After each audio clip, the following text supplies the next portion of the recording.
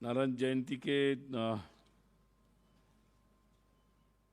इस विशेष उत्सव के निमित्त आप सबको बहुत बहुत शुभकामना। और जितना वर्णन हुआ तो मैं ये मानता हूँ कि भगवान नारद की जो बुद्धि और जो है वो केवल पत्रकारों को नहीं सबको चाहिए, ताकि सुनने और पढ़ने वाले लोग भी तो वैसे चाहिए ना, नहीं तो फिर एक तरफा होने से वो उपयोगी नहीं होगा। इसलिए सब भगवान हमको सबको वैसी बुद्धि दे, शुद्ध सात्विक, और यही मैं प्रार्थना करता हूँ।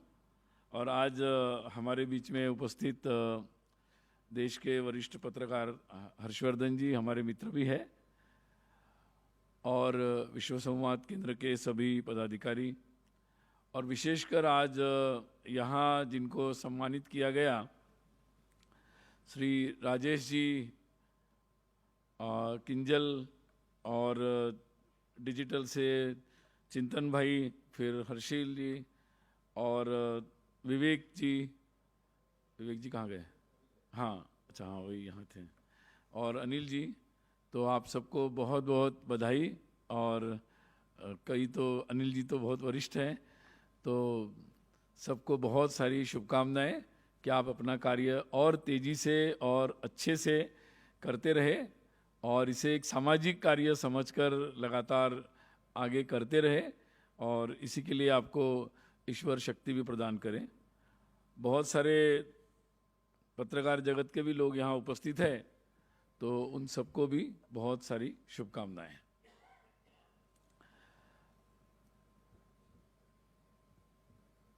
वैसे हम सबके जीवन का मीडिया जो है एक हिस्सा बना हुआ है। स्वरूप भले ही बदल रहा है, प्रिंट से इलेक्ट्रॉनिक, इलेक्ट्रॉनिक से डिजिटल, डिजिटल रेडियो तो पहले ही था, अब वो रेडियो जॉकी वगैरह नए नाम भी आ गए, एफएम भी आ गया, और अब सोशल मीडिया में भी बहुत सारी चीज़ें आ गई है। और देखते देखते जो मीडिया के हम दो साइड होते थे, एक पत्रकार की साइड और एक हमारी साइड जो हम लोग देखते थे, अब मुझे लगता है सोशल मीडिया के ज़माने में दो साइड नहीं रही है, मतलब सारा मिल गया है, सारे ही लोग पत्रकार बन गए हैं और अपने ओपिनियन देते रहते हैं। और जितनी जिम्मेदारी से कम कोई नीति नियम तो बने हुए हैं, कानून भी बना हुआ है, जो भी मीडिया हाउस है या जो भी विधिवत पत्रकार बनता है उसके लिए। परंतु जब ये नव पत्रकार जो बने हुए हैं सोशल मीडिया में, उनके लिए आज तक तो ज़्यादा कोई कानून वगैरह है नहीं। वो अपनी सामाजिक या मोरल रिस्पॉन्सिबिलिटी, हमारी जो नैतिक जिम्मेदारी है, उसी के आधार पर ये अपेक्षा की गई है। और मुझे लगता है कि उसमें भी एक विविध प्रकार का स्वरूप ध्यान में आ रहा है। और इसलिए कुल मिलाकर ये केवल अब पत्रकारों तक का विषय नहीं रहा, क्योंकि पत्रकार क्या लिखते हैं उसके एक्शन रिएक्शन में बाकी लोग भी लिखते रहते हैं, और वहाँ क्या लिखा जा रहा है आजकल सभी मीडिया हाउस में उसको रोज़ देखते हैं। मतलब सुबह की मीटिंग होती है या जो भी पत्रकार है वो देखते रहते हैं क्या ट्रेंड हो गया, क्या ट्विटर में आ गया, किसने क्या लिख दिया, और उसके आधार पर अपनी न्यूज़ को बनाते हैं, डेवलप करते हैं। उसके आधार पर सुबह क्या ट्रेंडिंग हो रहा है उस पर टीवी में डिबेट कराते हैं। आर्टिकल लिखने वाले उन्हीं विषयों को लेकर उस पर आर्टिकल लिखना शुरू कर देते हैं। तो ये एक बहुआयामी हो गया है, और इसीलिए इस बात को केवल पत्रकारों को समझने से बात अभी बनेगी नहीं। तो मुझे लगता है कि इसका दायरा अब एक पूरा समाज का दायरा इसका हो गया है। और भारत के अगर आंकड़े देखेंगे तो मुझे लगता है कि हमने बहुत बड़े बड़े देशों को पीछे छोड़ दिया है। इंटरनेट का सबसे ज़्यादा उपयोग हमारे देश में ही हो रहा है, फिर चीन में थोड़ा हो रहा है हमारे बराबरी का, लेकिन वहाँ वो मुक्तता नहीं है। फिर हमारे यहाँ अगर कोई भी जितने भी सोशल मीडिया हैंडल्स हैं उन सब में अगर मैन आवर्स या ह्यूमन आवर्स को हम गिनेंगे तो वो भी बहुत ज़्यादा है। और जितना कंटेंट लिखा जा रहा है, मतलब लिखित में, टेक्स्ट में, ऑडियो और विजुअल, और जितने लोग देख रहे हैं, या सुन रहे हैं या पढ़ रहे हैं, तो ये सारे नंबर्स, अभी नंबर्स बोलने की मुझे ज़रूरत नहीं, आजकल सब अवेलेबल है, आपके लिए भी उपलब्ध है। तो वो नंबर्स में हम बहुत, मतलब हम केवल चांद पर पहुंचे वगैरह नहीं, हम इसमें भी बहुत आगे निकल गए हैं, बहुत आगे निकल गए हैं।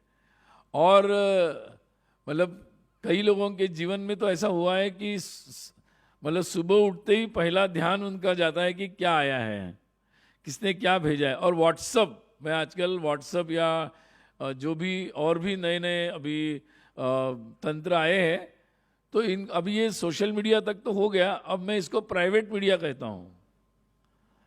मुझे सोच रहा था मैं इसको नाम क्या दूं, मुझे लगा ये प्राइवेट मीडिया है, क्योंकि हर एक व्यक्ति अपने ग्रुप बनाते हैं और अपना प्राइवेट मीडिया उसमें चलता है, अपने मतलब प्राइवेटली उसमें हमारे ग्रुप में क्या क्या समाचार है वो भेजते हैं और उसको बोलते हैं। और वो ग्रुप बाद में इतने बड़े हो जाते हैं कि वो प्राइवेट वैसे रहता नहीं, फिर भी उसका प्राइवेट स्वरूप रहता है। तो ये भी बहुत बड़ा तंत्र है, मतलब करोड़ों ग्रुप्स है व्हाट्सएप के, और जिसमें ढेर सारी मतलब जानकारियाँ, जिसकी डाटा की अगर वैल्यू में काउंट करेंगे तो बहुत बड़ी है। और इस सारे इंडस्ट्री का मिलाकर अगर आर्थिक दृष्टि से देखेंगे तो ये बहुत बड़ी दुनिया बन गई है।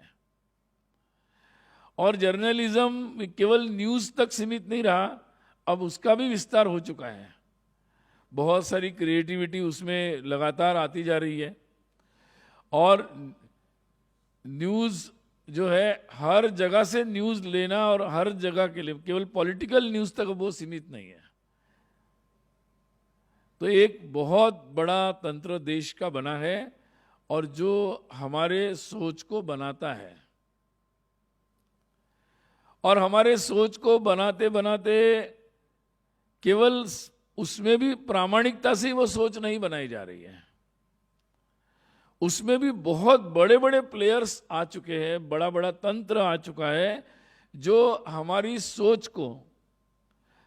सोच को नियंत्रित करने के प्रयास भी कर रहे हैं। बड़े बड़े लोकतंत्र पर भी प्रभाव डालने के प्रयास भी किए जा रहे हैं। पिछले चुनाव में अमेरिका रशिया के झगड़े में हमने देखा कि किस तरीके से वहां के चुनाव को प्रभावित करने की बात कही गई। हमारे देश में भी इस तरह के तंत्र को, और जो इस तंत्र में बड़ी शक्ति रखते हैं, ऐसे कंपनीज को, ऐसे लोगों को एंगेज करते हुए किसी न किसी तरीके से ऐसे वातावरण, आजकल उसको एल्गोरिदम, बड़ा एक टेक्निकल मतलब ऐसा एक शब्द आया है, वो कुछ नहीं टेक्निकल, मतलब ऐसा एक वातावरण तैयार करो कि आपको वो बात सच लगने लगे जो है नहीं, मतलब इमेजिनरी सच। तो ये बहुत बड़ा एक प्रयास लगातार चल रहा है। और मुझे लगा कि पहले लोग कहते थे कि शायद सोशल मीडिया के ज़माने में जो इलेक्ट्रॉनिक या प्रिंट मीडिया है उसका ज़्यादा महत्व नहीं रहेगा, लेकिन अभी जितना अध्ययन कर रहे हैं और जितनी बात समझ में आ रही है, अभी भी लोग किसने कितनी भी बातें कही फिर भी चेक करते हैं कि किसी मेन मीडिया ने ये बात कही है क्या। अगर कही है तो वो सच होगी, अगर वो उन्होंने नहीं, कुछ नहीं आ रहे, नहीं मेन मीडिया में कुछ नहीं आ रहा है, सोशल मीडिया में जो चल रहा है फालतू चल रहा है। मतलब अभी भी अगर सच जानने का मापदंड है तो वो जो मुख्य धारा के, मतलब जो अपने पत्रकारिता के नियम से बने हुए जो मीडिया हाउसेस है, वो अगर कोई बात को कह रहे या लिख रहे तो उस बात को ज़्यादा समझा जाता है। और बहुत ज़्यादा हो गया तो फिर सरकारी दूरदर्शन पे अगर नहीं आ रहा है तो बोलते फिर भी इसमें कुछ ना कुछ तो प्रॉब्लम होगा। तो ये जो एक क्रेडिबिलिटी का एक हायरार्की जिसको बोलेंगे, एक स्तर जो बन रहा है, तो मुझे लगता है कि इस वातावरण में पहले जैसा ही जो सभी प्रकार के मीडिया के जो विधिवत पत्रकारिता के लोग हैं, चाहे वो डिजिटल के हो, रेडियो के हो, टीवी के हो, इलेक्ट्रॉनिक, उनकी जिम्मेदारी और ज़्यादा बढ़ जाती है। क्योंकि जहां अब आप अकेले नहीं कह रहे, आपके दोस्त मित्र 10-20 मीडिया हाउस वाले नहीं कह रहे, अब करोड़ों लोग जब कह रहे, उसमें सही बात को सही दबाव में ना आते हुए सही बात को देना, और अगर गलत बात है तो उसको नहीं देना, और बड़ी हिम्मत के साथ ये काम करना, ये मुझे लगता है आज के समय में बहुत ज़्यादा आवश्यक है, ताकि कहीं से कितनी भी झूठी खबरें या भ्रमित करने वाली बातें गढ़ी जाए और बनाई जाए, उसमें भी एक सही बात जानने का एक स्थान बना रहे और लोग उसको जान सकें। अभी पूरे इस तरीके के इसमें ये बात भी हम लोगों को समझना बहुत आवश्यक है कि नई प्रकार की एक व्यवस्था भी बनी है। मतलब कई सारे अभी आज दुनिया में ये बात समझ में आ रही है कि किसी बात को अगर आपको आगे पहुंचाना है तो उस पहुंचाने के लिए एक पूरा सर्कल बनाया जाता है। मतलब हमारे देश में कुछ दिनों में हमने अनुभव किया पहले कि आपने एक बात कह दी, आपने एक रिपोर्ट बना दी, एक रिपोर्ट पर किसी ने एक न्यूज़ बना दी, किसी न्यूज़ पर किसी ने आर्टिकल लिख दिया, फिर उस आर्टिकल पर किसी ने टीवी शो बना दिया, फिर किसी ने उस पर प्रोग्राम कर दिया, और फिर किसी संगठन ने, दो संस्थाओं ने उस पर आवाज़ उठा दी और ऐसा लगने लगा कि कोई बड़ी सच बात बोली गई, कही गई। और इस बात को, तो ये एक जो पूरा सिस्टम काम करता है, इससे झूठ को या जो बात अस्तित्व में नहीं है उसको समाज मस्तिष्क पर स्थापित करने का प्रयास भी किया जा रहा है। और इसके लिए बहुत बड़े बड़े अभियान चलाए जाते हैं। इन अभियानों को भी एक्सपोज करने का काम और दायित्व, बड़ी जिम्मेदारी आज के हमारे सब मीडिया बंधुओं से अपेक्षित है, क्योंकि बड़े बड़े अभियान आते हैं। कभी लगता है कि पूरे देश में ऐसा लगता है कि जो पिच में आया था ना कि वो मुर्गियों को कोई बुखार आ जाता है, क्या नाम था उसका, कुछ बर्ड फ्लू, फिर स्वाइन फ्लू, बर्ड फ्लू, और फिर कई सारे लोगों को मार दिया गया, क्या क्या किया गया मतलब, और फिर पता नहीं चलता वो कब गायब हो जाता है। तो कभी बताया कि भाई कोलेस्ट्रॉल जो है वो आप नहीं लेंगे, आप घी लेंगे तो आपको कोलेस्ट्रॉल बढ़ जाएगा आपका। अब फिर दूसरा चलाया जा रहा है कि आप हमारा घी लेंगे तो आपका कोलेस्ट्रॉल कम हो जाएगा। मतलब ये जो सारे तंत्र चल रहे हैं, ये पर्यावरण के बारे में हो रहा है। कभी बताया कि पूरी दुनिया जैसे बस डूबने वाली है, बस समुद्र का लेयर बढ़ेगा, गुजरात के पास भी 4 फीट बढ़ जाएगा और पता नहीं क्या हो जाएगा।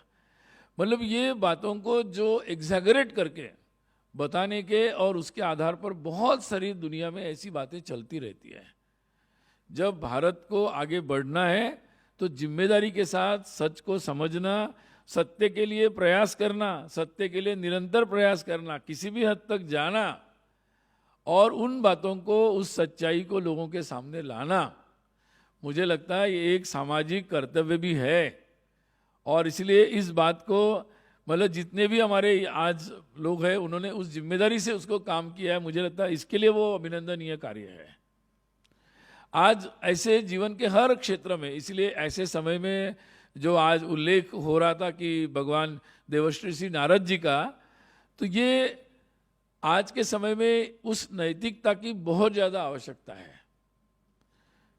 मतलब कोई भी काम, अगर कोई भी काम उस नैतिकता से, नैतिक भाव से नहीं होता है तो उसका प्रभाव जो है वो गलत दिशा में जाना ही तय है।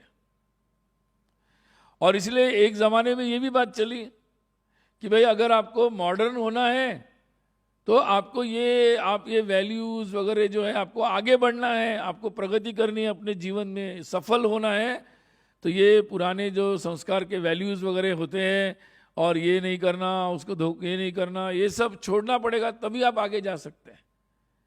ऐसी कुछ वैल्यूज़ भी दुनिया में प्रसारित की गई, स्थापित करने के प्रयास किए गए, और कई लोग उस रास्ते पर चले भी गए, जिसका परिणाम हमारे जीवन के हर क्षेत्र में कई लोग ऐसा करते हुए हमें दिखते हैं, बताते हुए भी दिखते हैं। और इसलिए ज़्यादा नैतिकता, पाप पुण्य या ज़्यादा सही गलत का ज़्यादा दिमाग रखोगे तो फिर आगे नहीं बढ़ पाओगे। ऐसे बहुमूल्य वचन भी बताने वाले और समझाने वाले हर प्रकार के क्षेत्र में लोग भी तैयार हुए हैं। ये पूरे दुनिया में, खासकर हमारे जो विकसित कहते हैं, उन देशों से ये आवाज़ें बहुत सारी आई, और उन्होंने जीवन के हर क्षेत्र को धर्म से दूर करने का प्रयास किया। और इसीलिए फिर जहाँ धर्म की बात आएगी, जहाँ जीवन मूल्य की बात आएगी, उस बात को हंसी में उड़ा देना, उस बात का मजाक बढ़ा देना, ये बातें भी बहुत चली, लेकिन होता है ना कि काल जो होता है वो अपना समय के साथ बदलता भी है। आज दुनिया में इन मूल्यों के साथ समझौता करने के कारण कई देश शायद बहुत आर्थिक दृष्टि से समृद्ध तो हुए, लेकिन उनके सामने इन मूल्यों के अभाव में बहुत सारे संकट उनके सामने भी आए हैं और उन्होंने दुनिया के सामने खड़े भी कर दिए। ये पर्यावरण भी उसमें से एक नया उत्पन्न संकट उसी का परिणाम है। और इसीलिए ये हर प्रोफेशन में, और वो पत्रकारिता का हो तो पत्रकारिता का निरपेक्ष हो सकता है कि वो किसी के पक्ष में नहीं जाएगा, लेकिन वो धर्म से निरपेक्ष कैसे रह सकता है? धर्म मतलब सत्य है, तो उसके निरपेक्ष कैसे रह सकता है? तो ये जो एक बात, और इसीलिए जो हमें इस रास्ते को दिखा सकते हैं, ऐसे प्रतीकों की स्थापना अपने जीवन के हर क्षेत्र में आवश्यक है कि जो हमें वो रास्ता दिखा सके। और इसलिए पत्रकारिता के क्षेत्र में नारद, देवर्षि नारद का स्थान वैसा ही है, उस प्रतीक के रूप में है। अगर मतलब डॉक्टर है और धन्वंतरी को अगर नहीं पूछता है तो फिर नैतिकता का अभाव होगा ही, और नैतिकता के अभाव में फिर वो चरक की शपथ नहीं लेता है और हिपोक्रेट की लेता है, और फिर वो बोलते हैं कि वो धर्म से दूर जाएगा, तो फिर उसमें बहुत सारे आज जो हम लोग संकट देखते हैं वो दिखेंगे। और जो धर्म के पास चला जाता है वो नैतिक मूल्यों के साथ अपने जीवन के किसी क्षेत्र में भी कार्य करता है। आज मुझे लगता है कि हमारे देश के लिए ये जो जानने का, सच जानने का, सही जानने का जो बहुत बड़ा माध्यम है, उसमें भी इस सत्य की और इस नैतिक आदर्श की आवश्यकता है। और शायद उस मतलब जो पुराणों की कथा है उसमें शायद कम आवश्यकता होगी, लेकिन उसमें नारद जी की उपस्थिति बहुत ज़्यादा है। मुझे लगता है आज के समय में उसकी सबसे ज़्यादा आवश्यकता है और उनकी उपस्थिति सबसे कम है। और इसीलिए मुझे लगता है कि विश्व संवाद केंद्र के द्वारा इस नैतिक मूल्य की, नारद, देवर्षि नारद के रूप में उस नैतिक मूल्य की स्थापना करने के उद्देश्य से ही ये नारद जयंती का उत्सव प्रारंभ किया गया।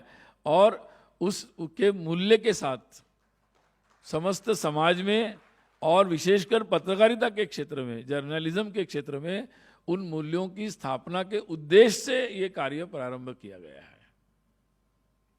जो कि आज सबसे ज्यादा प्रासंगिक है।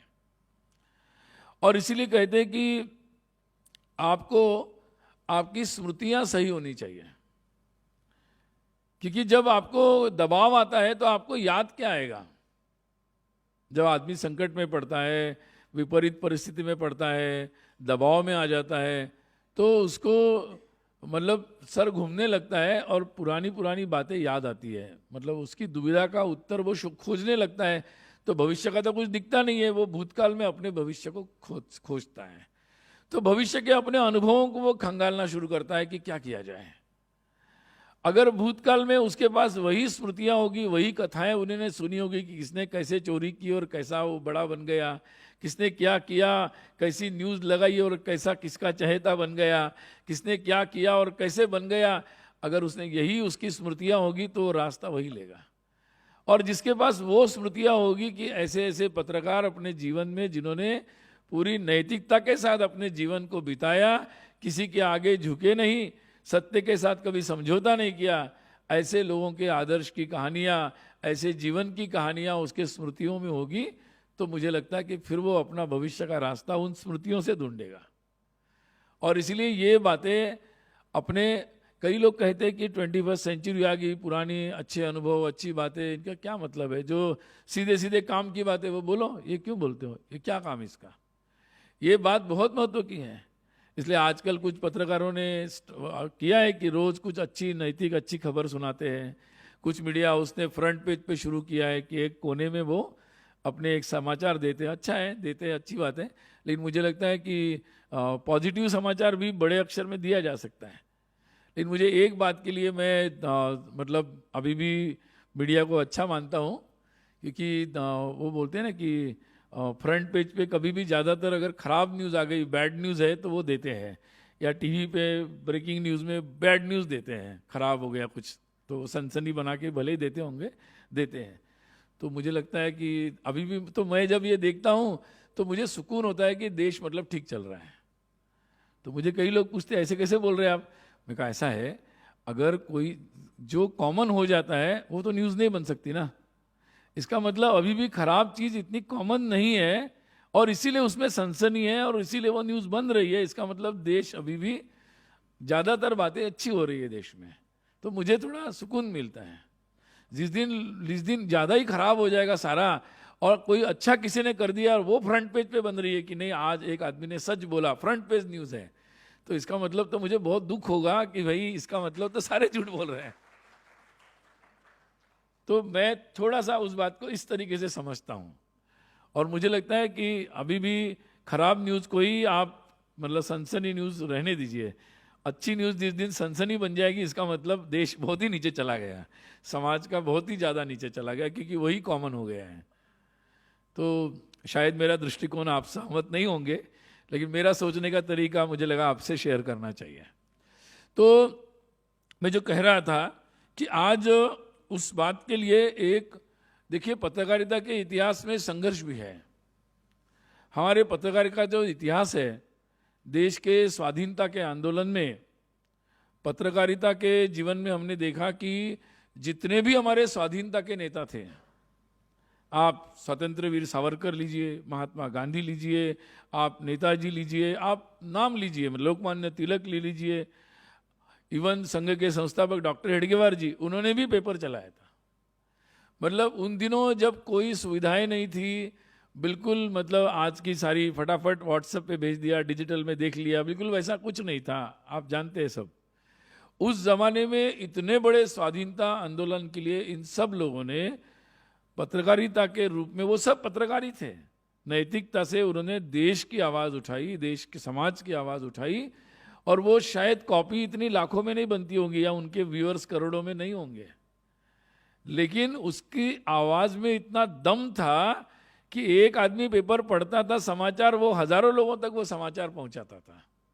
इतना दम था उसमें, इतनी नैतिक बल था और इतनी सत्यता थी, इतनी देश प्रेम था, मतलब सारे सद्गुणों की ठोस बात उसमें थी।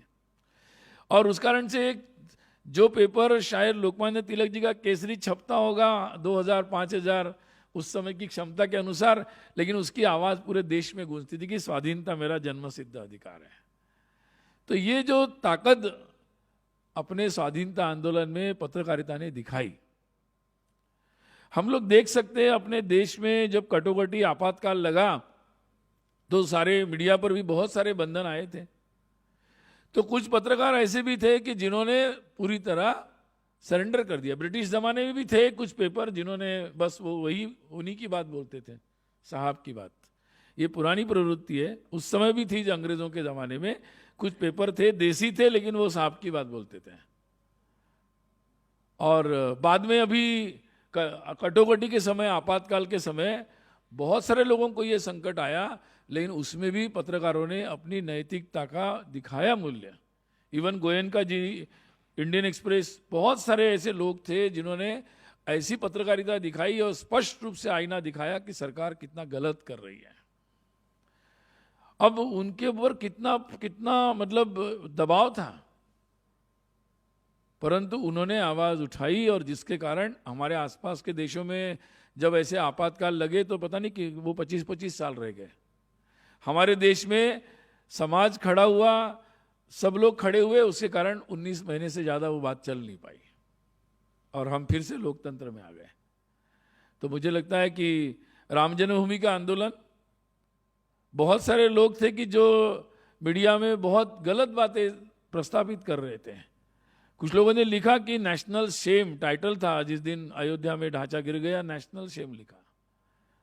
परंतु बहुत सारे पत्रकारों ने, जो संख्या में कम थे, उन्होंने समाज के मन का उत्सव को मनाया अपने मीडिया के माध्यम से।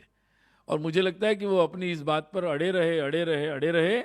आज मुझे लगता है कि जब 22 जनवरी को अयोध्या में कार्यक्रम हो रहा था तो देसी कोई भी मीडिया ऐसा नहीं था कि जिसने इसके बारे में सकारात्मक बात नहीं कही। तो अगर हम वो सकारात्मक बात लिखने वाले लोग खड़े हो और उनको देखने वाले, सुनने वाले, समझने वाले समाज भी हो, तो मुझे लगता है कि जो सच बात कभी माइनॉरिटी में लगती हो लेकिन सबसे प्रभावी काल के प्रभाव में वही बनेगी। इसके लिए वैसे लोग, पत्रकार भी चाहिए और वैसा समाज भी चाहिए।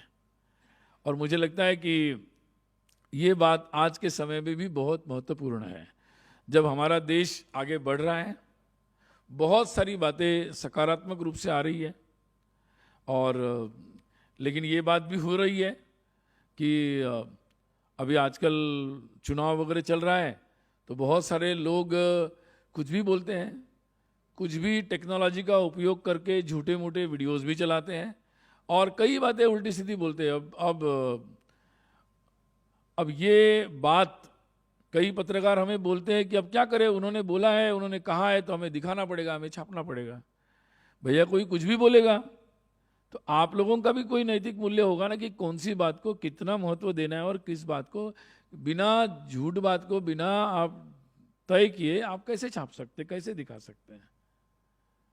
तो मुझे लगता है कि ये अगर कोई पत्रकार कहे कि नहीं किसी ने कहा है इसलिए हमें दिखाना पड़ेगा क्योंकि वो झूठ है, सरासर झूठ है, फिर भी बोलना पड़ेगा, तो मुझे लगता है कि वो उनकी स्वयं की विदाउट कमेंट अगर वो करते हैं तो वो भी नैतिकता के अनुकूल नहीं है। और इसलिए इस बात को ध्यान, मतलब चुनाव के, अभी चुनाव है, अभी चल जाएगा, बाद में देखेंगे, नहीं, चुनाव सबसे महत्वपूर्ण है, उस समय सबसे ज्यादा नैतिकता की जरूरत है, उस समय सबसे ज्यादा सत्य दिखाने की जरूरत है ताकि लोगों के चयन में कहीं कोई गलती ना हो जाए। उस समय सबसे ज्यादा जिम्मेदारी है, उस समय आप चुनाव है इसलिए गैर जिम्मेदार वर्तन नहीं कर सकते। और मुझे लगता है कि आने वाले समय में जैसे कोड ऑफ कंडक्ट सबके लिए लग रहा है, कहीं ना कहीं मीडिया में भी चुनाव के लिए कोई ना कोई तो आप जिम्मेदारी लेनी पड़ेगी आपको कि आप सच क्या दिखा रहे हैं और क्या नहीं दिखा रहे हैं। तो मुझे लगता है इन बातों पर विचार करना आवश्यक है। और देवर्षि नारद का ये स्मरण जो है हमें उन बातों को स्मरण दिलाता है, उनके जीवन की सबसे महत्वपूर्ण बात है। और जो मुझे लगता है कि कहना ज़रूरी है, उनके जीवन का सबसे महत्वपूर्ण बात था कि ग्राउंड रिपोर्टिंग, मतलब संपर्क खुद करना, खुद जाना, हर जगह भ्रमण करना, कोई भी चीज़ को स्वयं प्रत्यक्ष जाकर देखना, समझना, उसके बाद रिपोर्ट करना है। तो आजकल तो बहुत सारे टेक्निक है, मतलब यहाँ से फोटो आ जाता है, लोग ट्विटर में ही अपनी बात बता देते हैं और फिर वही चलता रहता है। तो मुझे लगता है कि आज के समय में भी वो प्रत्यक्ष संपर्क, ग्राउंड रिपोर्टिंग और मेहनत, परिश्रम, इसका कोई भी तोड़ या पर्याय नहीं होना चाहिए। और जो भी सत्य होगा उसके आधार पर ही विश्लेषकों को विश्लेषण करना चाहिए। आज हमें उस प्रकार के नैतिक मूल्य की आवश्यकता है, एक पुरुषार्थ की आवश्यकता है, और भारतीय जीवन मूल्यों की पत्रकारिता में भी आज उतनी ही आवश्यकता है जितनी पहले थी, आज भी है और आगे भी रहेगी। और इसलिए उन मूल्यों के साथ कोई समझौता नहीं की जा सकती। पत्रकारिता निरपेक्ष है लेकिन वो धर्म और राष्ट्र से निरपेक्ष नहीं हो सकती। उसमें राष्ट्र प्रेम, समाज के प्रति आत्मीयता, इन मूल्यों की आवश्यकता आज पत्रकारिता में भी उतनी है जैसी कि जीवन के किसी और क्षेत्र में है। तो इन बातों का मुझे लगता है कि बहुत महत्व है। और आज हमने जिन लोगों का आज सम्मान किया, उन लोगों ने अपने जीवन में अभी तक इन्हीं बातों का आग्रह रखा है, आगे भी वो इन्हीं बातों के साथ आगे बढ़ेंगे और अपने साथियों को भी इसके लिए प्रेरित करेंगे। यही ईश्वर से प्रार्थना। नमस्ते।